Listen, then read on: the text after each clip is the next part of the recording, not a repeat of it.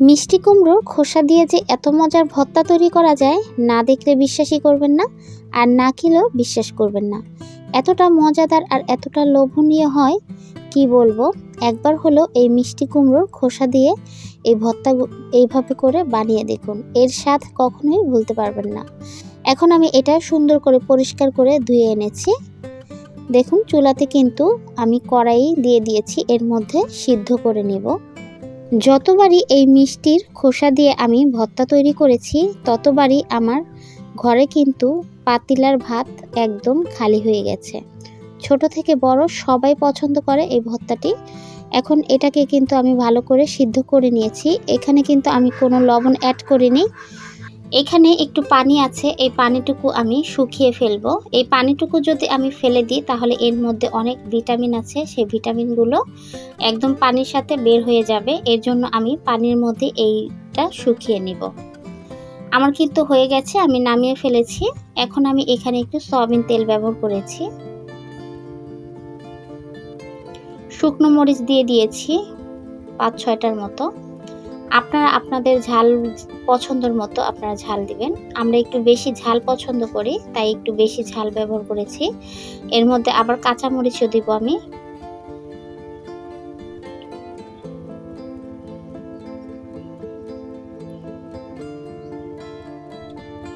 মরিচটি যখন সুন্দর করে ভাজা হয়ে যাবে তখন আমি কাঁচা মরিচ ভেজে নিব। এখন যদি এর মধ্যে আমি কাঁচা মরিচ ভাজি তাহলে কিন্তু দুইটা একসাথে হবে না। এই মরিচটা, শুকনো মরিচটা বেশি পুড়ে যাবে আর কাঁচা মরিচটা একটু দেরি করে হয়। এর জন্য আমি শুকনো মরিচটা আগে ভেজে এক সাইডে সরিয়ে রাখবো। এখন আমি কাঁচা মরিচগুলো দিয়ে দিব।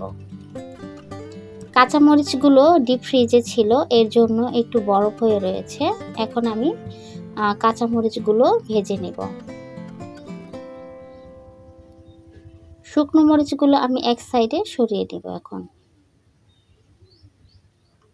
এই যে দেখুন, কাঁচা মরিচগুলো কিন্তু আমার ভাজা হয়ে গেছে। এখন আমি এখানে মোটা দেখে বড় দেখে একটি পেঁয়াজ কুচি দিয়ে দিলাম।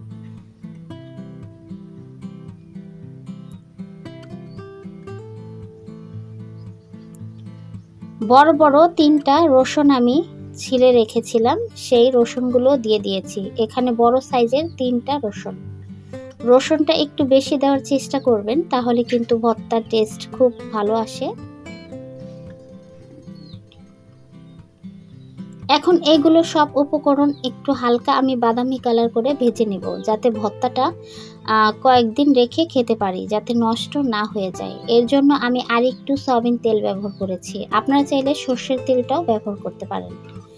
আবার একটু ভেজে নেব, বাদামি কালার করে ভেজে নেব। এই পেঁয়াজ রসুন কাঁচা রাখা যাবে না, তাহলে কিন্তু ভর্তা নষ্ট হয়ে যায়, বেশিক্ষণ কিন্তু থাকে না। এভাবে করে যদি ভেজে নেওয়া যায় তাহলে কিন্তু 2-3 দিন ধরে নর্মাল ফ্রিজে রেখে ভর্তাটা আপনারা খেতে পারবেন। এই যে দেখুন, বাদামি কালার কিন্তু হয়ে গেছে। এখন আমি যে মিষ্টি কুমড়োর সিল্কা বা খোসা রেখে দিয়েছিলাম সিদ্ধ করে, সেটা আমি এর মধ্যে আবার সুন্দর করে ভেজে নেব।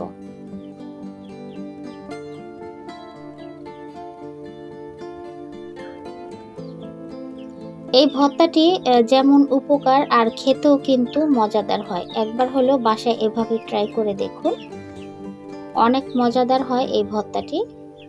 এখন আমি স্বাদ মতো লবণ দিয়ে দিচ্ছি। এখন লবণ দিয়ে আবার ভালো করে ভেজে নেব।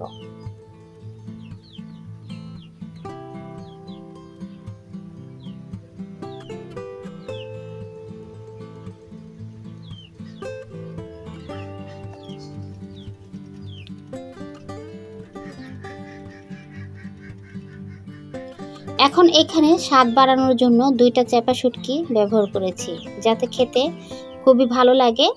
অনেকেই যদি শুটকি পছন্দ না করেন তাহলে ধনিয়া পাতা দিতে পারেন, তাহলে কিন্তু টেস্টি আরও ভালো আসে, খেতে আরও মজাদার হয়।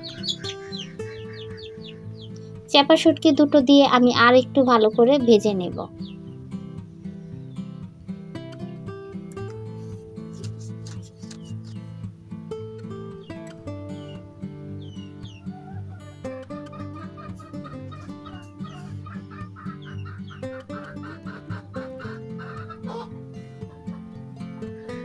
আমি কিন্তু উল্টে পাল্টে ভালো করে ভেজে নিয়েছি। এর মধ্যে হালকা একটু পানসা পানসে ছিল, সেটাও কিন্তু আমি সুন্দর মতো ভেজে নিয়েছি। এখন আমি নামিয়ে ফেলবো। এখন একটি মিক্সিং জার নিয়ে নিয়েছি। মিক্সিং জারে এটা আমি ব্লেন্ড করে নেব। আপনারা চাইলে শিলনোড়ায় বাটতে পারেন। যেহেতু শিলনোড়ায় বাটলেও একই স্বাদ, তার জন্য আমি শিলনোড়ায় আর যাচ্ছি না। আমি মিক্সিং জারে এটাকে ব্লেন্ড করে নেব। দেখুন এর মধ্যে কিন্তু আমি কোনো আর পানি অ্যাড করব না। পানি অ্যাড করিনি, আমি মিক্সিং জারে ব্লেন্ড করে নিয়েছি। এই যে দেখুন একদম ফিনিশিং হয়ে গেছে। আর শিলনোড়ায় বাটলে যেরকম হয় তেমনই কিন্তু হয়েছে। আপনাদের একটু দেখাচ্ছি নামিয়ে। দেখুন পাতলা কিন্তু হয়নি, কারণ এখানে কিন্তু আমি কোনো পানি অ্যাড করিনি। এইভাবে করে অনেকেই মনে করে কি যে মিক্সিং জারে ভর্তা তৈরি করলে খেতে মনে হয় ভালো লাগে না। আমি যত ভর্তা তৈরি করি আমি এই মিক্সিং জারে ব্লেন্ড করে নিই। খেতে কিন্তু একদম শিলনোড়ায় যেটা বাটে তেমনই কিন্তু স্বাদ। একবার হলো আপনারা মিক্সিং জারে তৈরি করে দেখুন এভাবে করে। কোনো রকমের পানি দেওয়া যাবে না, এমনিতেই শুধু শুকনো শুকনো এভাবে করে ভর্তা ব্লেন্ড করে বানিয়ে দেখুন। এর স্বাদ কিন্তু একই, একদম মজাদার হয়। দেখুন কতটা সুন্দর হয়েছে। আমার ক্যামেরা কিন্তু অত একটা ভালো না, আবার রৌদ্র পড়ছে, এর জন্য কিন্তু দেখতে একটু হলদে টাইপের লাগছে, কিন্তু খুব সবুজ হয়েছে আর কালারটা কিন্তু খুব সুন্দর এসেছে। আর খেতেও কিন্তু জব্বর হয়েছে, অনেক মজাদার হয়েছে। এই ভর্তাটি বানানোর সাথে সাথে আমি চিতই পিঠা কতগুলো বানিয়ে রেখেছি ভর্তা দিয়ে খাওয়ার জন্য। আমার ছোট বাচ্চারাও বিশ্বাস করবেন না, এই ভর্তা দিয়ে চিতই পিঠা খুব সুন্দর মতো খেয়েছে। তো আজকের মতো বিদায় নিলাম। আল্লাহ হাফেজ।